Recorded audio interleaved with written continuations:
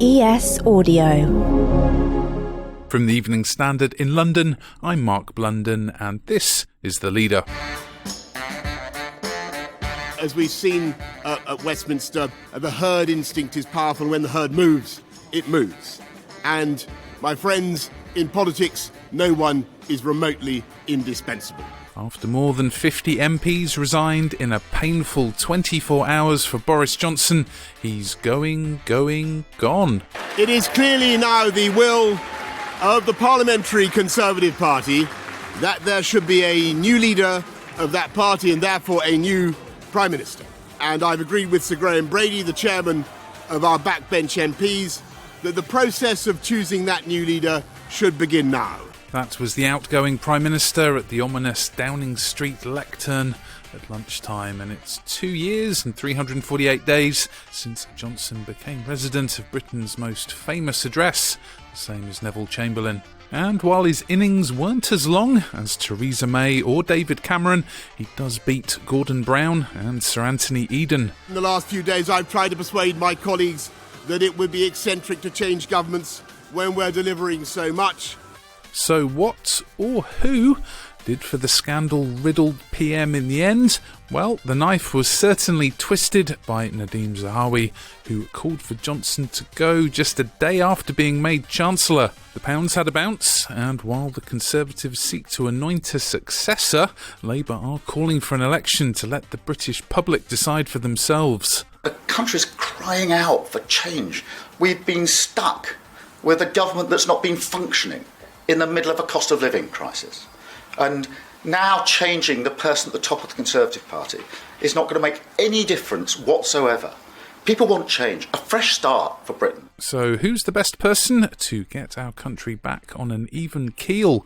We're joined by the Evening Standard's Deputy Political Editor David Bond to examine today's bombshell developments. What a morning, what a 24 hours, 36 hours ever since Sajid Javid tweeted out that he was resigning as Health Secretary. It's moved so incredibly fast, and we've been through so many different phases of this story. I mean, last night you had the extraordinary situation where the Prime Minister was sort of in his bunker, refusing to go, sacked Michael Gove, which was one of the most extraordinary things you could imagine. You know, this fantastic metaphor from the Conservative MP, Tim Lawton, who said, you know, rather than take the whiskey and the revolver and turn it on himself, he drank the whiskey and turned it back on Michael Gove. And he was absolutely determined to fight and to face down those members of the cabinet who had gone to see him and to tell him that the time was up, pointing to the mandate he had directly from the British people. This extraordinary briefing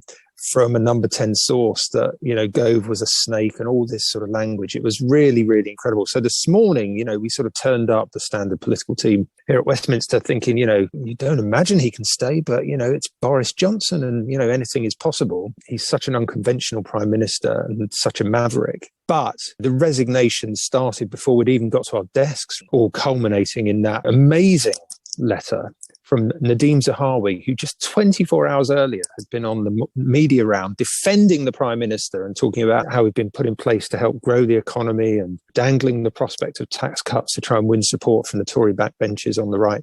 And then he's writing a letter saying, I've actually thought it's time for you to go, on Treasury-headed notepaper. David, we spoke about those grey-suited Tory grandees yesterday. Who are they and what was their role in the PM's decision-making? It's really sort of senior members of the Conservative Party, party grandees, and members of this 1922 backbench committee, which is the Parliamentary Conservative Party and really wields quite a lot of power. And it has fallen to them, but also to senior members of the cabinet, again, to tell the Prime Minister that actually they've lost support of the Conservative Party and that they should consider quitting. Now, compared to previous examples of this, Boris Johnson did seem determined to face it down. In fact, we had this briefing that, again, another amazing briefing from number 10 last night, that he had called Graham Brady, who is the chair of the 1922 committee, that he had called Graham Brady's bluff and that they would have to changed their rules to allow another confidence vote in less than 12 months, which they were in the process of doing, but they hadn't actually done that yet. That was going to be the sort of next step next week if he had refused to go. But clearly, he finally sensed that really the gravity was against him and he had to quit.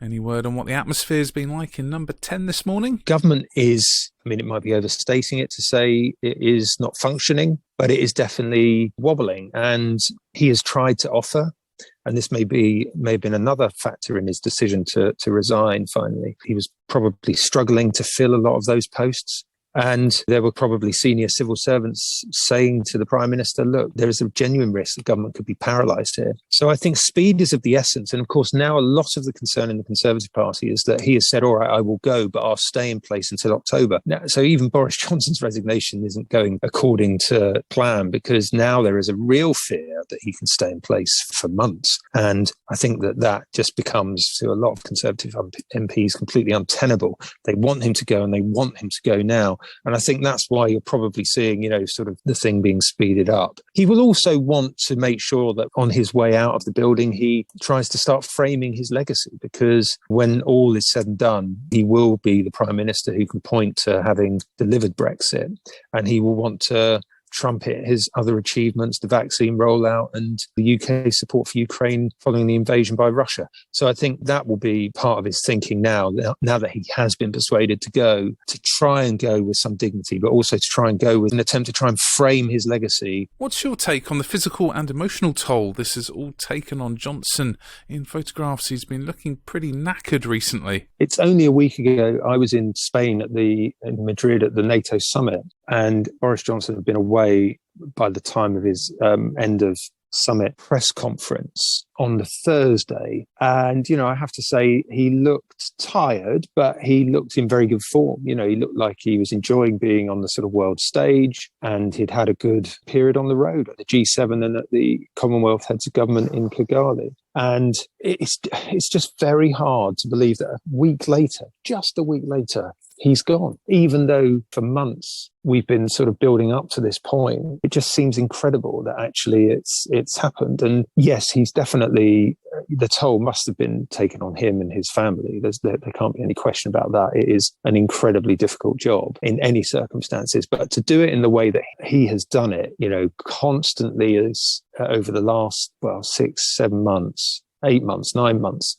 constantly facing questions over his integrity, his leadership, facing challenges from restless backbenchers. But he is always someone who's been up for the fight, as we saw yesterday. And I think he's a person who thrives on that kind of competition. And so, yes, I think it has taken its toll, but, he is that sort of character. And finally, David, what's your view on the current leadership situation? What's so fascinating about this is how wide open this race is. Of course, when Boris Johnson got the job, there really was only one contender in town. When he took over from Theresa May, it had been in the offing for ages. And even back in 2016, when Theresa May got the job, arguably that should have been Boris Johnson's moment as well. It was only the incredible story around Michael Gove's betrayal that really sort of did for him then. Otherwise, you might have expected him to get the leadership at that point. So, the time of Boris Johnson was always sort of coming, and now he's out of the way. You are removing the biggest figure in British politics for the last decade. No question about that. And there is a vacuum to fill. And I think one of the things that's been so difficult for the Conservative Party through this has been to try and find a plan B. There's no obvious successor. There's lots of people who definitely are good contenders and will be seen as such in the Conservative Party. But with the public, there is no other politician who cuts through just like Boris Johnson. There's no one who could have done what he has done. This kind of coalition of northern, traditional working class, former industrial heartlands who always voted Labour, coming together with traditional Tory heartlands in the south and the east of the country to form this, as it turns out, a very fragile coalition, but nevertheless one that won him an 80-seat majority at the 2019 general election. And it's just difficult to see who that sort of person is in the current runners and riders, but it's a wide open race. And the Conservative Party, I think, will want to choose someone who will have integrity will be the key word. Almost all of the resignations that we've seen over the last 24 hours have mentioned the word integrity and values. So I think it would be strange if they then chose someone who perhaps can't live up to those values. They will want a safe pair of hands for sure. The favourite at the moment, if you believe the bookies, is Rishi Sunak. Now, a month, 2 months ago, his future in politics looked finished because of all this stuff about non-dom status and his wife's wealth and his wealth, and is he too rich to be prime minister? Now he's back at the top. You've got Liz Truss, you've got Ben Wallace, who's seen as having a good war as defence secretary. Could he be a contender to take over? Sajid Javid. There's so many different names that could emerge during this contest.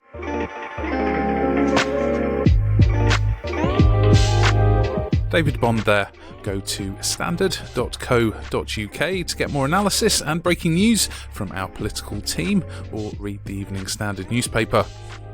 After the break, we speak to our columnist, Aisha Hazarika. He was lazy, incompetent, immoral, corrupt, and a liar.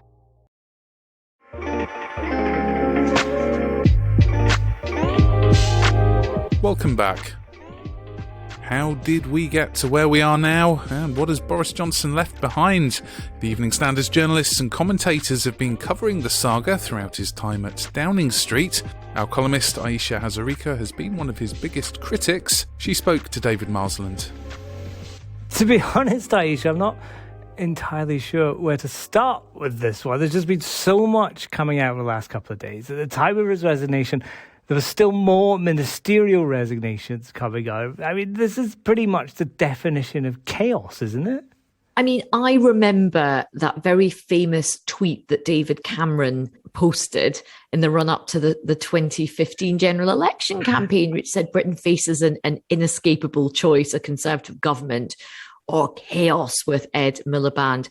Well, excuse me, Britain has become a political bin fire under the Conservative Party over the last 12 years. I mean, it is absolutely extraordinary. I mean, when you take a step back, the fact that we have all just felt a palpable sense of relief that we were not going to have to get the army in to go in and literally prize this man out of Downing Street is quite something. And I think this has moved from just being beyond a political crisis to a crisis of democracy and a genuine constitutional crisis. I mean, the question that many people are asking is, how can there be a functional government when so many ministers have resigned from government? I mean, this is uncharted territory. He says he's going to hold on until the autumn. Lots of people, including some Conservatives, want him to leave right now and put a caretaker prime minister in. Is that the best option, or should we have that longer, dare I say, stable transition? No, he should not be in Downing Street a moment longer. I'm afraid he is not a fit or proper person to still be in office. And I think the anxiety that a lot of people, including many Conservatives, feel is he can't be trusted. And what damage would he do to try and save his own skin in this remaining time? Because he still would be in charge. And I think there is a growing feeling that that is not the right thing for the country. Indeed, it would be dangerous for the country. Has he damaged the Conservative Party? I mean, to his supporters, he delivered the things he said he would. He delivered Brexit. He got the country through the pandemic. He's been praised for his work with Ukraine. There's a lot there that he did achieve as Prime Minister. But is this ending more damaging than all he did? Okay, David, I'm going to challenge you on that narrative. He is not himself going to war with President Putin. Yes, the UK has stepped up, but I think any sane, good prime minister would have offered help. In the same time, he's also broken a manifesto commitment to adequately fund our armed forces. And the Homes for Ukraine scheme has been an absolute scandal. I will concede that, he has done some good on Ukraine. In terms of the pandemic, he made some absolutely catastrophic decisions at the beginning. Many people who lost loved ones will never forgive him for the delay in taking some of that action, which is why the United Kingdom does have a high death toll, let's not also forget that he and his colleagues and his family and friends were partying in Downing Street, breaking the law, as the rest of us were not saying goodbye to our loved ones.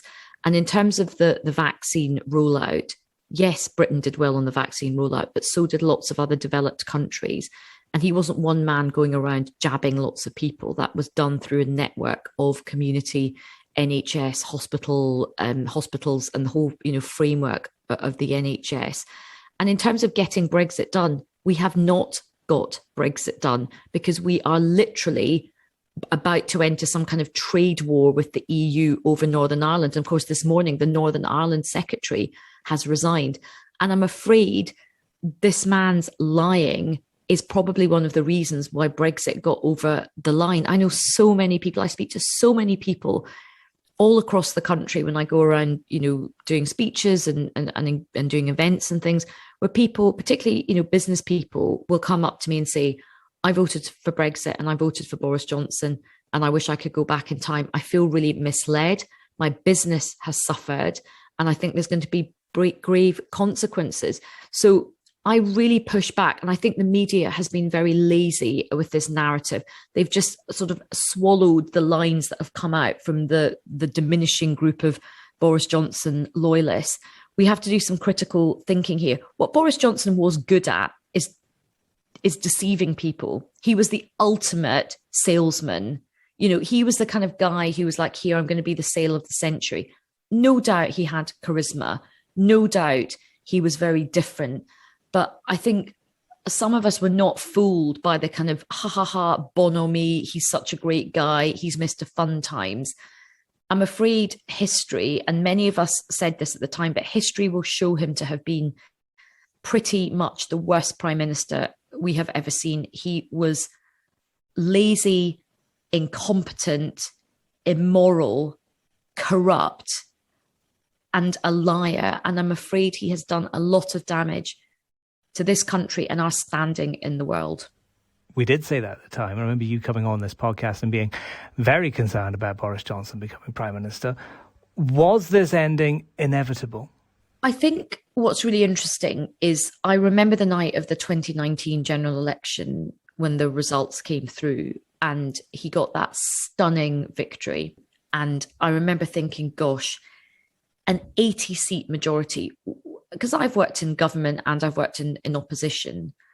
And when you've been in opposition for a long time, that kind of majority is the stuff of dreams. And I sort of naively thought that being Prime Minister with that majority will have a civilizing effect on Boris Johnson because you can do a lot of good in the world. And I think for some people, becoming a minister and certainly becoming Prime Minister, high office does sort of should make you want to be a better person. It should make you want to do good things. So I thought he is going to actually maybe be better than I've given him credit for, particularly with a good civil service behind him. He first of all came out with some quite good soundings. He said, look, I recognise a lot of people have lent me their vote for the first time. Any Labour voters, I want to honour that. I want you to not regret lending me your vote. Levelling up was a very, very admirable agenda. But then nothing happened. He could have been a successful Prime Minister with that majority. He could have been a great Prime Minister. But the thing that stopped him was himself.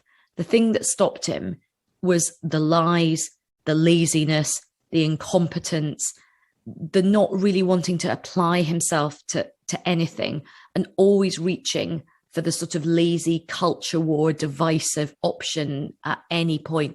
The other thing which he massively, spectacularly failed on was a duty to promote talent and ability above slavish loyalty. When you have a majority that big, it's your duty to put the best people into positions of power so you can govern to your best for the whole of the country. And he did not do that. He put in second, third-rate politicians who would just be a joke in anyone else's, world because they were slavishly loyal to him. And we are really seeing the profound consequences of that now.